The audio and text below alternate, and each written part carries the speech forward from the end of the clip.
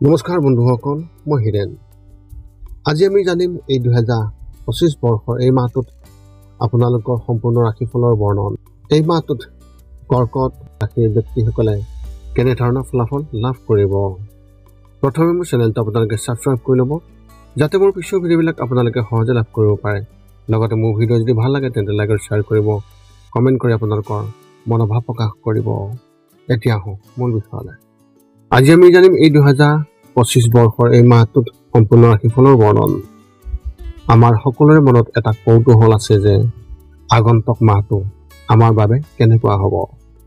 বহু ধৰণৰ প্ৰশ্ন আমাৰ মনত উদয় হয়, যেনে ব্যৱসায় বা চাকৰিৰ ক্ষেত্ৰত অগ্ৰগতি হ'বনে নহয়, বা কিবা নতুন প্ৰত্যাহ্বানৰ সন্মুখীন হ'বলগীয়া হ'ব নেকি, এনেধৰণৰ বহুতো প্ৰশ্ন। সেয়েহে আপোনালোকক এই ভিডিঅ'টোৰ জৰিয়তে ৰাশি আৰু ৰাশিফলৰ ওপৰত ভিত্তি কৰি ৰাশিফলৰ ওপৰত বিভিন্ন গ্ৰহ আৰু নক্ষত্ৰমণ্ডলৰ প্ৰভাৱ আৰু গতিবিধিৰ বিষয়ে অধ্যয়ন কৰিছোঁ।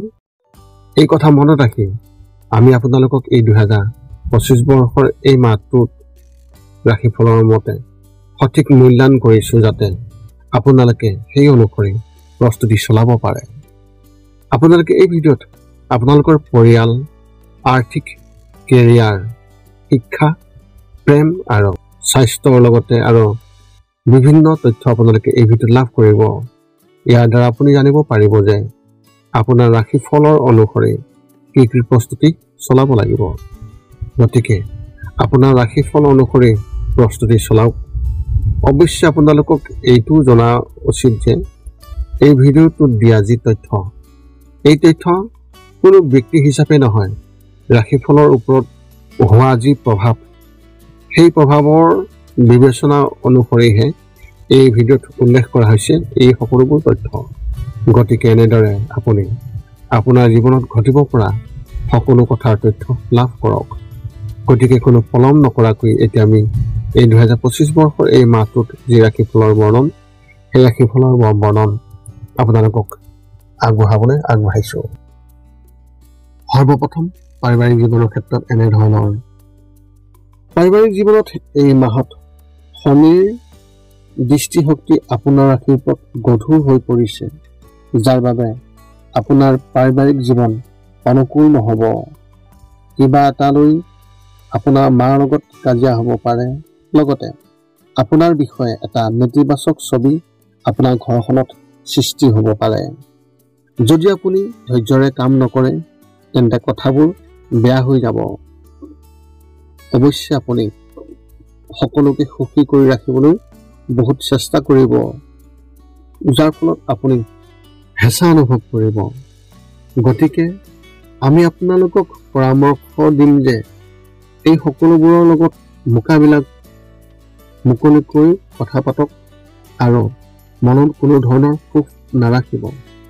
ব্যৱসায় আৰু চাকৰিৰ ক্ষেত্ৰত এনেধৰণৰ। যদি শনি গ্ৰহটোৱে আপোনাৰ আৰ্থিক জীৱনক কোনো প্ৰভাৱ পেলাব নোৱাৰে, যদিও আপুনি নিজৰ কামৰ প্ৰতি আশাবাদী নহ'ব আৰু অসুখী অনুভৱ কৰিব, কিন্তু কঠোৰ পৰিশ্ৰমৰ বাবে আয়ৰ কোনো হ্ৰাস নহ'ব। বজাৰত আপোনাৰ সন্দৰ্ভত ইতিবাচক পৰিৱেশ সৃষ্টি হ'ব আৰু আয় পূৰ্বতকৈ অধিক বৃদ্ধি পাব।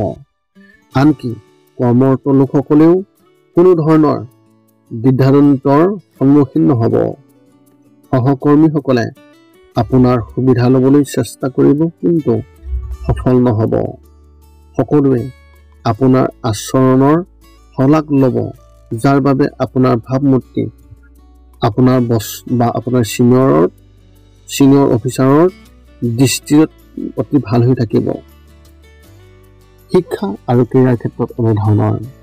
যদি আপুনি এজন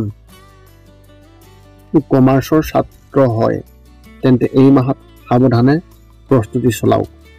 যদি আপুনি এনেকুৱা এটা প্ৰজেক্টত কাম কৰি আছে যাৰ বিষয়ে আপোনাৰ বহুত আশা আছে, তেন্তে সেয়া বিফল হ'ব পাৰে। এনে পৰিস্থিতিত যিকোনো সিদ্ধান্ত লোৱাৰ আগতে নিশ্চিতভাৱে নিজৰ ছিনিয়ৰসকলৰ সমৰ্থন লওক।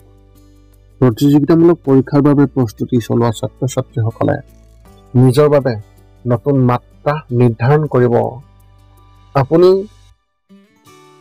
এতিয়া যিটো ক্ষেত্ৰত প্ৰস্তুতি চলাইছে তাৰ পৰিসৰ বৃদ্ধি কৰক আৰু বৃদ্ধি কৰিব পাৰিব, যিটো ভৱিষ্যতে অতি উপযোগী হ'ব। বিদ্যালয়ৰ ছাত্ৰ ছাত্ৰীসকলে নিজৰ বাবে নতুন পাঠ্যক্ৰমত যোগদান কৰাৰ কথা চিন্তা কৰিব পাৰে। প্ৰেমৰ ক্ষেত্ৰত এনেধৰণৰ, যদি আপুনি আপোনাৰ পত্নী বা স্বামীক আধিপত্য বিস্তাৰ কৰিব বিচাৰিছে বা চেষ্টা কৰিছে, তেন্তে সম্পৰ্কত বিভাজন হ'ব পাৰে। তেওঁলোকে হয়তো আপোনাৰ প্ৰতি মোহভংগ হ'ব। প্ৰেম জীৱনত উত্তেজনাই বিৰাজ কৰিব।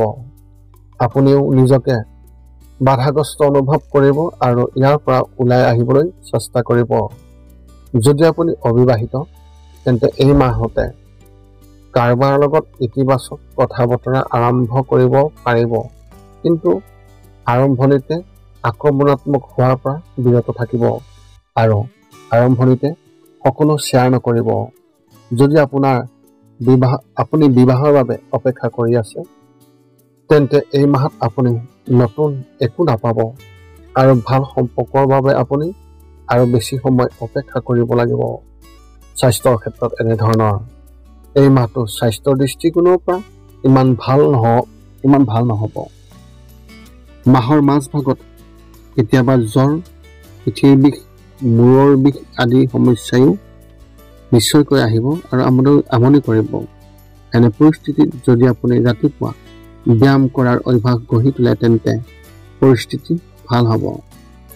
বি.পি. ৰোগীয়ে নিজৰ বিষয়ে বিশেষ যত্ন ল'ব লাগিব আৰু বাহিৰৰ খাদ্য খোৱাৰ পৰা বিৰত থাকিব লাগিব। কৰ্মক্ষেত্ৰত ব্যস্ততাৰ বাবে আপুনি নিজকে বুজা আৰু মানসিক চাপে আগুৱাই থকা দেখিবলৈ পাব আৰু কোনো সমাধান আগন্তুক যেন নালাগিব। টোপনি কম বা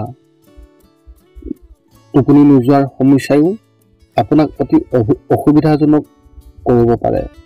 ইয়াৰ বাবে শুই উঠাৰ সময়ত আপুনি 15 মিনিট ধ্যান কৰাৰ অভ্যাস গঢ়ি তোলক, তেতিয়া আপোনাৰ যথেষ্ট ভাল হ'ব।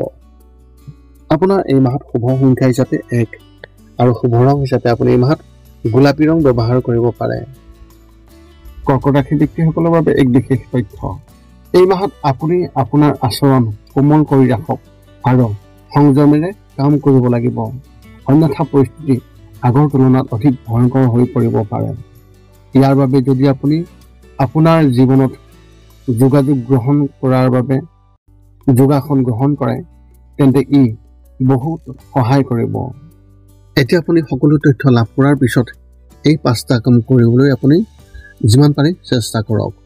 সৰ্বপ্ৰথমটো হৈছে আপুনি আপোনাৰ শৰীৰটো সুস্থ কৰি ৰাখিবলৈ দৈনিক যোগাসন কৰক, য'ত মূলতঃ 10 মিনিটৰ বাবে ওমকাৰ মন্ত্ৰ, 10 মিনিটৰ বাবে কপালভাতি আৰু 10 মিনিটৰ বাবে অনুলোম বিলোম। ইয়াৰ লগে লগে আপোনাৰ শাৰীৰিক আৰু মানসিক স্বাস্থ্য একেবাৰে নিখুঁত হৈ থাকিব। 2 নম্বৰটো হৈছে ৰাতি শোৱাৰ আগতে নিস্তব্ধ আৰু নিৰ্জন ঠাইত 10 পৰা 20 মিনিট ধ্যান কৰিব লাগে। ইয়াৰ দ্বাৰা 2টা উপকাৰ পোৱা যায়। এটা হ'ল আপুনি ভাল টোপনি পাব আৰু দ্বিতীয়টো হৈছে পিছদিনা আপুনি সতেজ অনুভৱ কৰিব। ধ্যান কৰি থাকোঁতে মধ্যমীয়া শব্দৰ শান্ত সংগীতো আপুনি শুনিব পাৰে। 3 নম্বৰটো হৈছে প্ৰতি মংগলবাৰে পুৱা নিশ্চয় হনুমান চালিচা পাঠ কৰক আৰু হনুমান মন্দিৰ দৰ্শন কৰক, নতুবা আপুনি বিষ্ণু মন্দিৰ দৰ্শন কৰক। ইয়াৰ দ্বাৰা আপোনাৰ আৰু আপোনাৰ পৰিয়ালৰ যিকোনো সদস্যৰ সংকট দূৰ হ'ব আৰু সদায় সুখ আৰু শান্তি থাকিব। 4 নম্বৰটো হৈছে ঘৰৰ বাহিৰত গৰু আৰু কুকুৰক প্ৰতিদিনে আপুনি পাৰিলে খাদ্য খুৱাব লাগে। খাদ্য খোৱাক আৰু যদি পাৰে চৰাই চিৰিকটি আদিকো খাদ্য আৰু পানীৰ যোগান ধৰক। এই পৃথিৱীখন যিমান আমাৰ, সিমানেই সিহঁতৰো নিতৌ ইহঁতক খুৱাই আমি তেওঁলোকৰ পৰা এক আশীৰ্বাদ লাভ কৰিব পাৰোঁ আৰু আমাৰ ওপৰত থকা গ্ৰহবোৰৰ কুপ্ৰভাৱ দূৰ হ'ব। সদশেষত 5 নম্বৰটো হৈছে আপুনি পাৰিলে মাজে মাজে চৌপাশৰ দুখীয়া ব্যক্তিসকলক আপুনি পাৰিলে সহায় কৰক আৰু ভোকাতুৰ ব্যক্তিসকলক আপুনি পাৰিলে খুৱাবলৈ চেষ্টা কৰক। এই আছিল এই 2025 বৰ্ষৰ এপ্ৰিল মাহটোত কৰ্কট ৰাশি ব্যক্তিসকলে লাভ কৰিবলগীয়া সম্পূৰ্ণ ৰাশিফলৰ বৰ্ণন। যদি আপোনাৰ মনত এতিয়াও জ্যোতিষ সম্বন্ধীয় কিবা প্ৰশ্ন আছে আৰু আপুনি সেই সমাধান বিচাৰি আমাক এই ভিডিঅ'ৰ তলত কমেণ্ট কৰি আমাক অৱগত কৰাওক আৰু আমি আপোনালোকৰ প্ৰশ্নৰ উত্তৰ আমি সকলো সময়তে দিবলৈ আমি সকলো সময়তে সাজু আছোঁ। পুনৰ লগ পাম অন্য এটা ভিডিঅ'ত এই চেনেলৰ জৰিয়তে অন্য এটা ভিডিঅ'ত।